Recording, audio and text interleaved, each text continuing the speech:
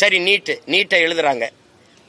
India முழுமைக்கு மாணவர்கள் நீட்டு தேர்வு எழுதுறாங்க. என் மாநிலத்தில் மட்டும் ஏன் இந்த கொடுமை நடக்குது?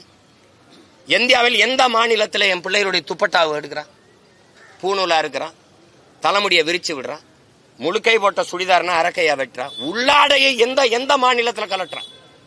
என் பிள்ளையோட உள்ளாடையை கலட்ட நீ யார்? எது கலட்டுற?